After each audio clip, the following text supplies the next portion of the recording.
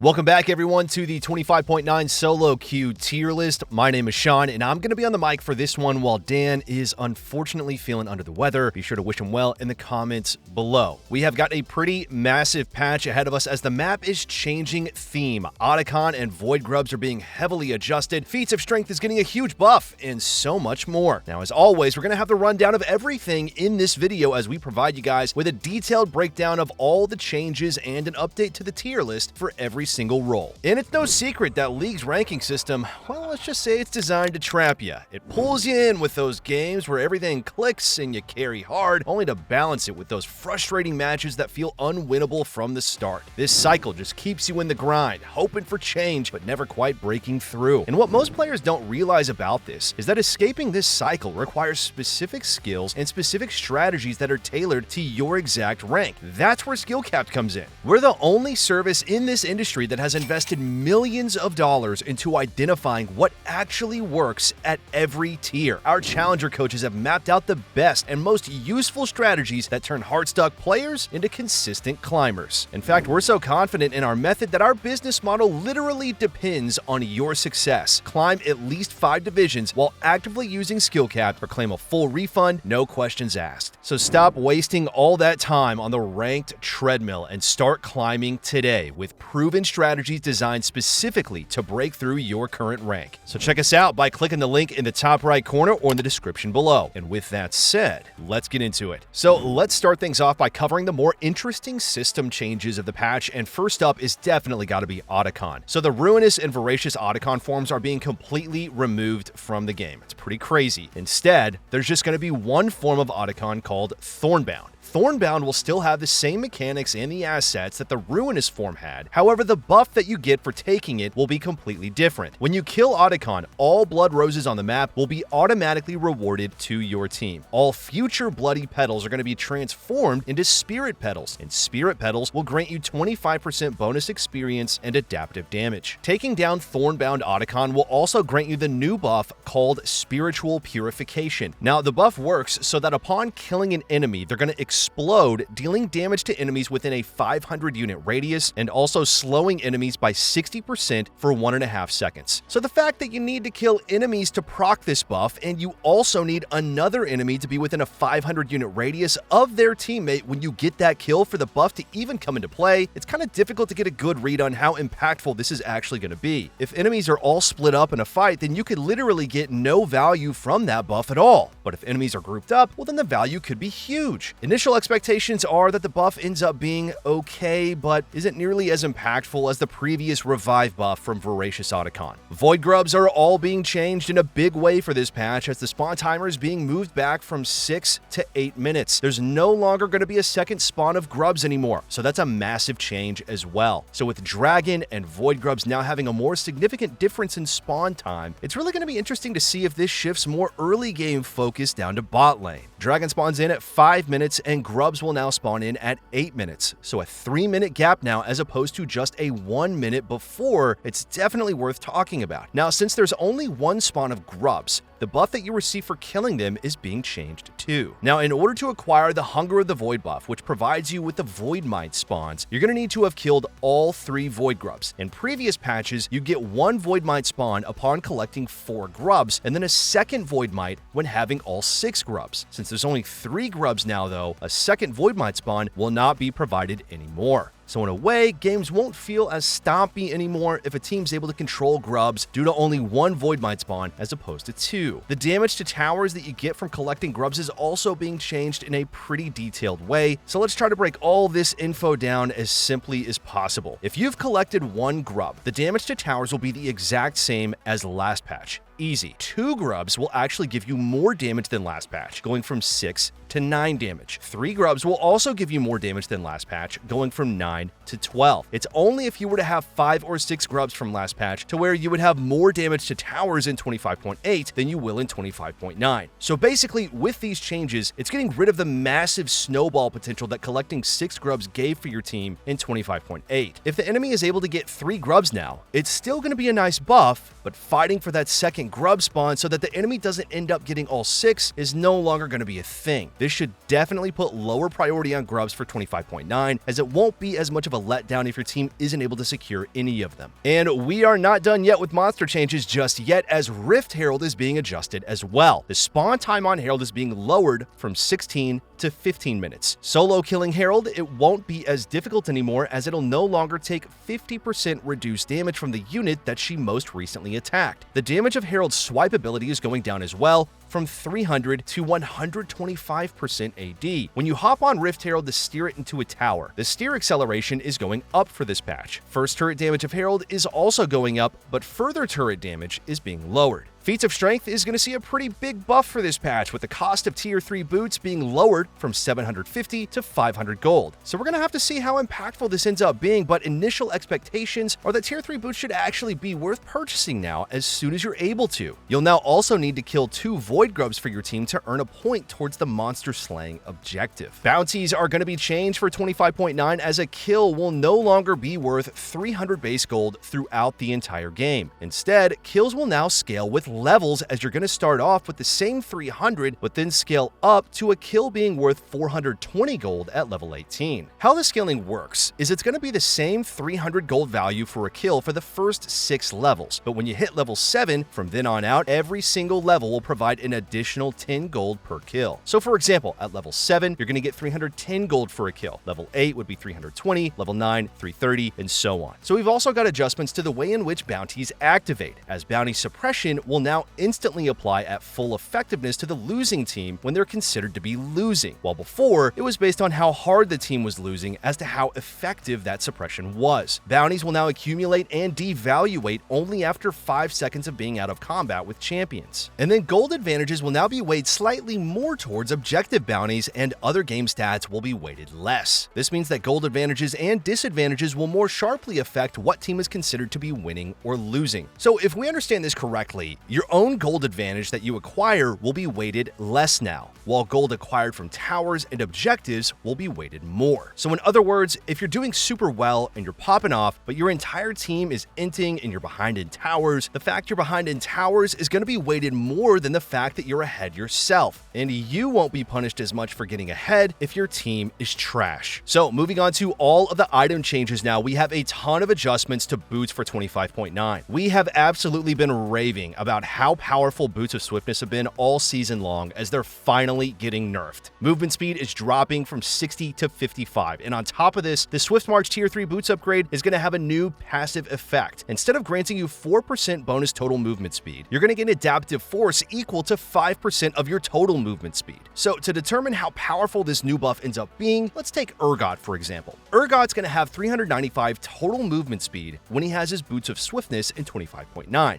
5% of 395 is equal to 20 adaptive damage. Now this doesn't mean 20 AD though, because adaptive damage doesn't convert 1-to-1 for AD like it does for AP. Every 1 adaptive damage is worth 0.6 AD. So in this case, you would be getting 12 AD from the new passive on Swift March. Now, if we account for the movement speed that you're going to be losing though, you're down 5 MS from the base boots and then down 4% bonus movement speed from the passive change. This means in 25.8, you would have 424 total movement speed with the Swift March upgrade, but in 25.9, you'll now only have 395. So you're down 29 total movement speed due to these changes, but is that really going to be worth the trade-off of 12 AD? So if we go off of gold value alone, 12 AD is worth 420 gold, while 29 movement speed is worth 348 gold. So pretty similar in value there, so these changes to Swift March likely sway more positively or negatively depending on the champion, but shouldn't lead to any drastic increase or drastic decline in champion power. Symbiotic Souls are going to be nerfed for 25.9 as you're no longer going to receive the empowered recall. To compensate a little bit, the movement speed on the boots are up from 40 to 45. Forever Forward, which are the tier 3 boots upgrade to Symbiotic Souls, are getting nerfed as well, with the movement speed ratio dropping from 10 to 8%. And then Spellslinger's shoes are nerfed, with the magic pin dropping from 8 to 7%. So with the cost of the tier 3 boots dropping by 250 gold, it's likely while we're seeing a few nerfs come in on these tier 3 boots so that they don't end up being overly powerful. Rod of Ages has become flavor of the month on a plethora of mid lane champions, so it's getting toned down a notch for 25.9. Ability powers dropping from 50 to 45, while health takes a hit going from 400 to 350. So mages that never really liked Rod before, but just hopped in the bandwagon due to how strong the item was, likely going to stop taking it in 25.9. Victor, Orianna, and Ahri are the main champs who are likely better off opting for an alternative option, or at the very least not auto-defaulting to Rod every game and only running it into comps that have more significant burst threat. Biscuits are going to receive a little bit of a rework for this patch, as the total healing you get is being changed from 12% of your missing health to 20 flat plus 2% max health. You are still going to gain a more significant heal though based on your missing health, maxing out at a 100% increase when below 30% health. Unflinching is the one other rune getting changed, as it'll have its bonus resistances adjusted from 6 scaling to 12 to now 10 at all levels. So this is a flat out buff to the rune up until level 13, so definitely a positive change overall, as you're going to be a little bit more tanky for at least the first 20 to 25 minutes of every single game. Even though you are a bit less tanky later on, the more significant early game strength should heavily outweigh that. And then we have a buff to Ignite on the way, with the total damage going up from level 6 onwards. So you're going to have 5 more damage than before at level 6, and then it's going to go up by 25 damage per level from there, while in 25.8, it only went up by 20 per level. So for example, level 6 last patch, you'd have 170 damage. In this patch, you'll have 175. At level 7 last patch, you'd have 190. In this patch, you'll have 200. So nothing too massive here, and we likely don't see any sort of priority shift towards Ignite due to this buff. If Ignite was buffed pre-6 as well, then we'd have a little bit of a different story, but the fact it's only stronger at level 6 reduces the impact of the buff. So moving on to the top lane changes now, K'Sante is on the buff list, as his W damage will be increased from 40 scaling to 120 to 45 scaling to 165. Not a significant change that's going to boost K'Sante power for solo queue, so he's going to remain down in the C tier. Shin is looking to break back into the meta for 25.9, as this is the third patch in a row he is getting buffed. It's actually a pretty significant buff as well, with Shin's Q percent max health damage going up from 4 scaling to 6% to 5 scaling to 7%. Now if we look at the comparison clips, we can see this is actually a significant boost in damage, as with 3 auto attacks, you're getting 29 added damage. Shin had been really close to moving back into the S tier last patch due to his buffs, so with this change going through, he's going to be giving him the bump from A into S. So for the top lane tier list in 25.9, we are making a couple of adjustments, with Urgot and Kayle dropping out of the OP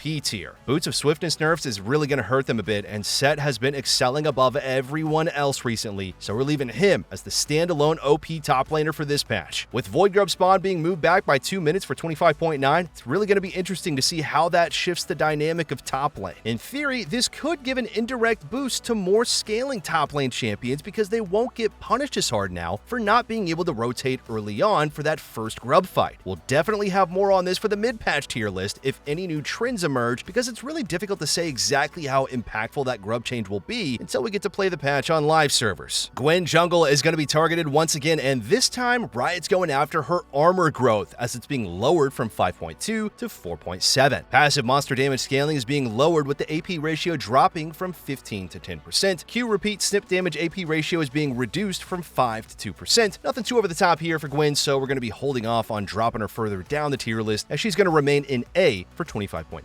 Naafiri continues to be a highly contested jungle pick, so more nerfs are on the way. W cooldown is being increased from 22 to 26 seconds at rank 1, but it's going to stay the same at max rank. E bonus AD ratio is nerfed, going from 50 to 40%. Naafiri should remain a good pick even after these nerfs, so we're going to be leaving her in the A tier for now. There is a chance the nerfs are going to be enough to drop her down to B, but we'll circle back for mid-patch if that's the case. Yorick is going to be leaving the jungle OP tier for 25.9, as his Mistwalkers are getting nerfed, so that instead of taking 100% damage from monsters, they're now going to take 150% damage. So this should slow down the clear of Yorick jungle and put him more in line with many of the S tier picks. So if we take a look at the jungle tier list for this patch, just a minor adjustment to the OP tier as Yorick is dropping down due to his nerf, while Xin Zhao is going to be moving up and taking his spot. Jungle meta is currently being dominated by fighter junglers. With Grub Spawn being moved back, we're going to have to see exactly how much that impacts the power of certain picks. Champs that have a weaker pre-6 but spike really hard at level 6 should be liking that Grub change the most. You can hit level 6 by 6 minutes as a jungler, but it's not going to happen in every game, while hitting 6 by 8 minutes is almost guaranteed. So champs with really impactful AoE ultimates are who would really benefit from that Grub timer being moved back, like a Mumu, Fiddlesticks, and Lilia. Annie is going to be buffed in a few different ways for this patch, as her Q damage is going up from 70 scaling to 210 to 80 scaling to 240. W mana cost is dropping from 90 scaling to 110 to 70 scaling to 90. And our passive magic pin is going up from 10 scaling to 15% to 15 scaling to 20%. So when we take into consideration that the Annie changes from last patch resulted in her dropping to a 47% win rate, we've muted expectations from these buffs. Annie definitely will not be a C tier mid laner anymore, but at the same time, we really don't see her being a top tier pick either. Realistically, we have Annie landing in either B or A tier due to these buffs, so we're really going to have to push into B for now and adjust higher if need be for the mid patch. Alright, Orianna is going to have her Q changed so that it costs 5 additional mana at rank 1 in the spell, but when you have it maxed out, it's going from 50 down to 35. Ori will be getting a bit weaker due to the Rod of Ages nerf, so this buff should just even the playing field and leave Orianna in a neutral state for 25.9, so we are going to be keeping her in the mid lane A tier. If we have a look at the mid lane tier list for 25.9, it's going to be Vex, Anivia, and Diana in the OP tier. Mid lane is the one role in the game right now where there really isn't a true OP champion. Ahri was that champ before she got nerfed, but now for 25.9, you can honestly argue for any of the S tier mid lane picks to be interchanged with the OP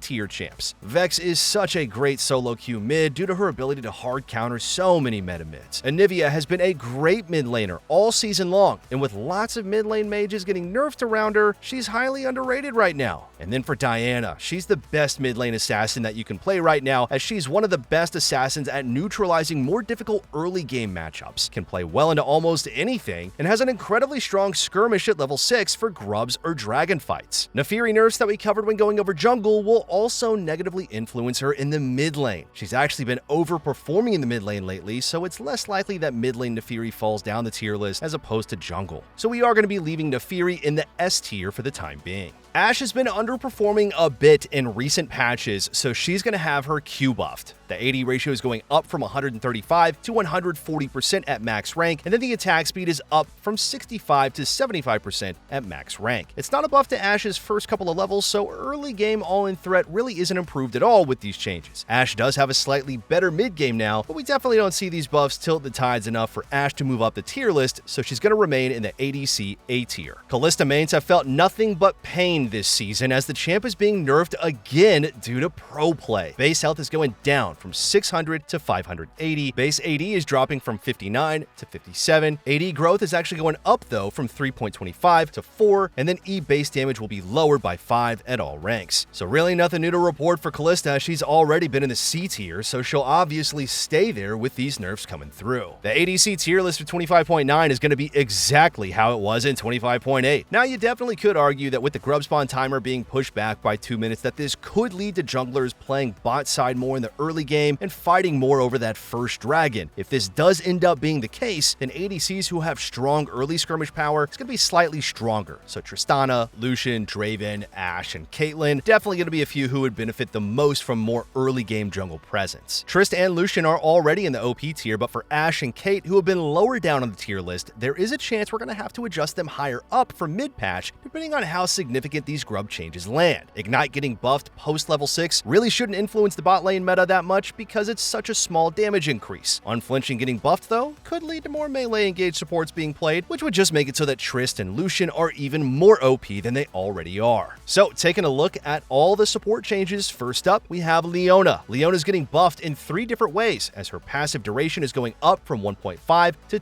2.5 seconds. Q mana cost drops from 35 to 30, and then E mana cost is being lowered from 60 flat to 40 scaling to 60. So nothing too over the top here for Leona. There is a chance she breaks back into the S tier, but until we know more, realistically we're going to see her remaining in the A, which is where we're going to be keeping her for now. Morgana will receive 3 buffs for 25.9 as her E shield is going up by 20 at all ranks. R damage is going to be increased by 25 at all ranks, and then R movement speed is up at rank 1 and rank 2 in the spell. So we're at a similar crossroads with these Morgana changes as we were with Leona. Buffs just don't seem like they're going to be quite enough to push Morgan to S tier, but at the same time, we wouldn't be surprised if they were. So for now, we're going to be leaving Morgana in the support A tier, but a push into S could be warranted for our mid-patch tier list. So the changes that will actually impact the support role the most for 25.9 are the Ignite and especially the Unflinching buffs. Unflinching change in specific is going to be even more impactful for supports because of the fact that the changes don't become a nerf until level 13. Since supports don't have access to as much experience as solo laners and junglers, it takes way longer to hit level 13 each game. So in a lot of games, it's just going to be a straight buff for the entire game. With these Unflinching buffs going live for this patch, it is just going to make an already OP champ like Braum even better. Thresh, Rel, Nautilus, Pyke, Alistar, Rakan, Leona, Tahm Kench, and Renata are the other supports who are going to benefit from the buff the most. The one change we are going to be making to the support tier list for 25.9 is giving Fiddlesticks the bump into OP.